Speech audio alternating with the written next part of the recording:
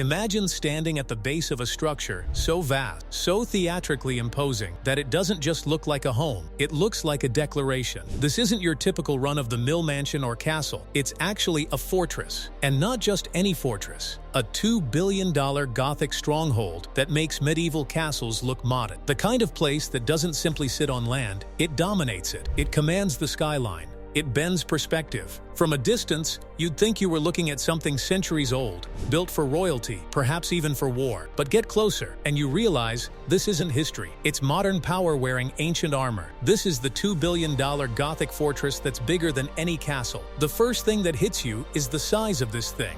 Castles were built to intimidate enemies. This place feels like it was built to intimidate reality itself and test its limits. The walls rise like cathedral façade, wrapped in carved stone that feels almost medieval. Towering spires pierce the sky. Arched windows stretch upward in elongated Gothic curve, framed in dark stone that absorbs light rather than reflecting it. It exudes secrecy before you even step inside. You approach through a private, tree-lined drive that feels more like a ceremonial procession route than a driveway. The gates alone could pass for the entrance to a place that feels out of this world. Wrought iron, black as midnight, etched with intricate patterns that suggest lineage, legacy, and quiet dominance. The fade blends Gothic drama with modern engineering. Flying buttress-inspired structures flank the exterior wall. Tall, narrow windows framed in black steel and stone stretch toward the heaven. The roofline is layered, sharp, deliberate. Every angle looks like it was designed to catch shadows at golden hour.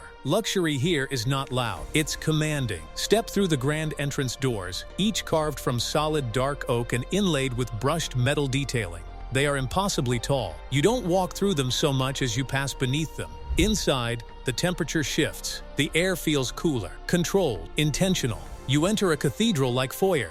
Arched ceilings tower above, ribbed in stone and trimmed with hand-finished molding. And suspended from that ceiling are crystal chandeliers that cascade like frozen waterfalls of light. Not just one, several. Massive, multi-tiered chandeliers dripping in precision-cut crystal, refracting light across marble floors polished to a mirror sheen. The floors themselves are works of art. Custom marble, veined in deep gray and gold, laid in intricate geometric patterns that feel regal and calculated. You can almost hear the echo of your footsteps, not because the room is empty, but because it's so vast. It feels timeless, as if it has always existed. The main hall stretches like a royal gallery, walls paneled in dark wood and stone. Gothic arches repeat down the length of the corridor in perfect symmetry. Along the walls hang curated art pieces, some centuries old, some cutting-edge modern. It's not just wealth, it's taste, it's power curated with precision. And the lighting, subtle, indirect, architectural. The glow is warm, almost candle-like but entirely modern. You don't see the source, you just feel the ambiance. Now let's talk about the heart of indulgence, the automotive hall. Because this isn't just a garage, it's an automotive cathedral. The lower level opens into a space larger than many commercial showrooms. Polished black stone floors reflect the silhouettes of machines that look more like sculptures than cars. Limited edition supercars, vintage classics restored to museum quality, each one positioned under its own spotlight, as if part of a private exhibition. Beyond the automotive wing, you discover the helipad. The helipad sits on a reinforced terrace, elevated and discreet, blending into the fortress architecture. From above, the entire estate reveals its true scale. Manicured grounds stretch endlessly, private gardens laid out with precision, sculptures positioned like chess pieces on a board only one person controls. Landing here feels cinematic. There's something about descending into a Gothic fortress by helicopter that amplifies the mystique. It reinforces the idea that this place isn't accessible, it's exclusive, it's insulated. The grand dining hall feels like something lifted from a European royal palace. A table that seats dozens beneath another colossal crystal chandelier. Arched windows allow filtered natural light to pour in, diffused by sheer drapery that softens the stone interior. Silverware custom engraved, chairs covered in deep velvet. It's intimate, but on a regal scale. Then there's the private bowling alley. Yeah, inside this fortress, tucked behind carved wooden doors, lies a fully professional-grade bowling lane. Polished wood gleaming under soft ambient lighting. Custom seating areas lined in leather. Even the scoreboards are discreetly integrated into Gothic-style archway. It's leisure,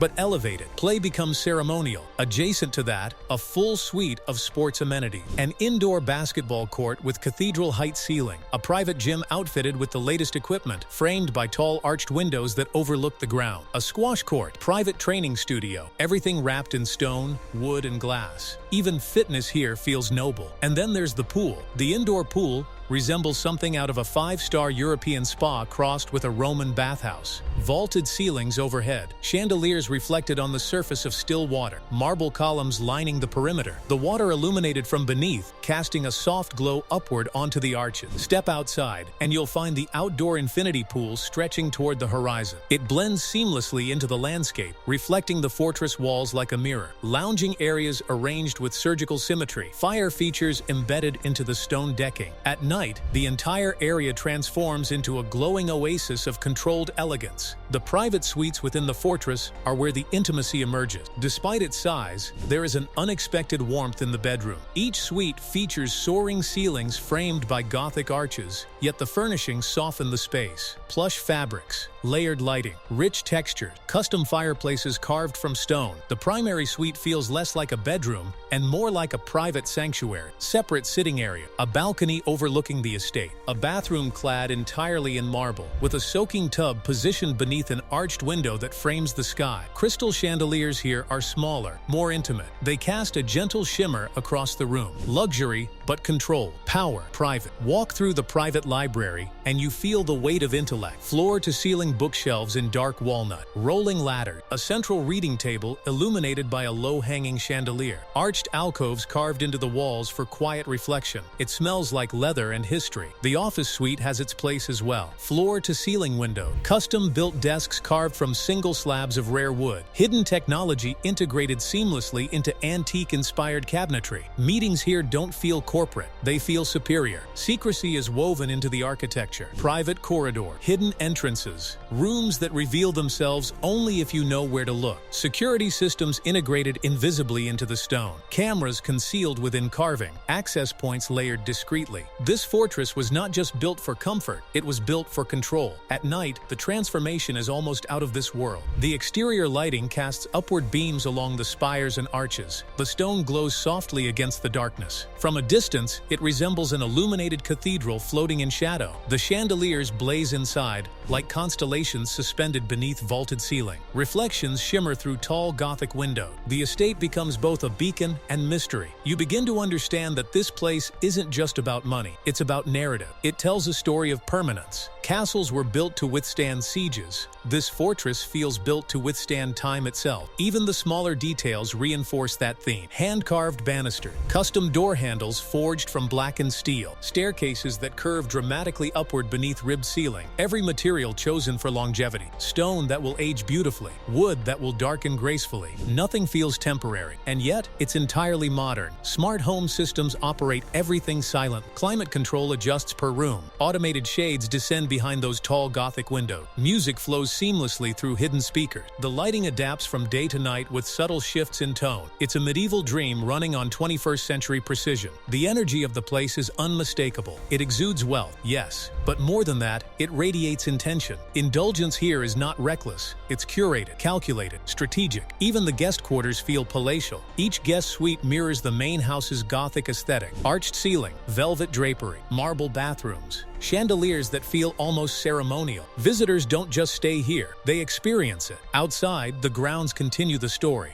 Sculpted gardens laid out with geometric precision, pathways winding between stone statues and trimmed hedges, hidden seating areas carved into the landscape. Even the outdoor sports courts feel integrated into the architecture, surrounded by stone walls and wrought iron detailing. It's a private kingdom disguised as a residence. And perhaps the most fascinating aspect is the balance. For all its size and drama, there is a sense of cohesion. Nothing feels random. Every element serves the overarching vision of timeless Gothic grandeur. grandeur, fused with modern luxury. It feels ancient, but it's brand new. It feels regal, but it's personal. It feels imposing, but it's intimate. That combination is rare. $2 billion buys space. It buys material. It buys craftsmanship. But what it really bought here is presence. When you stand in the central hall beneath those towering arches and crystal chandeliers, you feel it. The weight of design, precision of architecture, the audacity of scale. This is not just bigger than any castle. It's more refined. It doesn't rely on thick stone walls for defense. It relies on exclusivity. It doesn't house armies. It houses luxury card. It doesn't prepare for war. It prepares for arrival. From the helipad to the bowling alley, from the automotive cathedral to the infinity pool, every inch reinforces a singular message. This is power, sculpted into stone and glass. And maybe that's the true mystery of the Gothic fortress. It feels eternal. Long after trends shift and architectural styles evolve, this place will still stand. Its spires will still pierce the sky. Its chandeliers will still scatter light across marble floors. Its halls will still echo with controlled footsteps. A $2 billion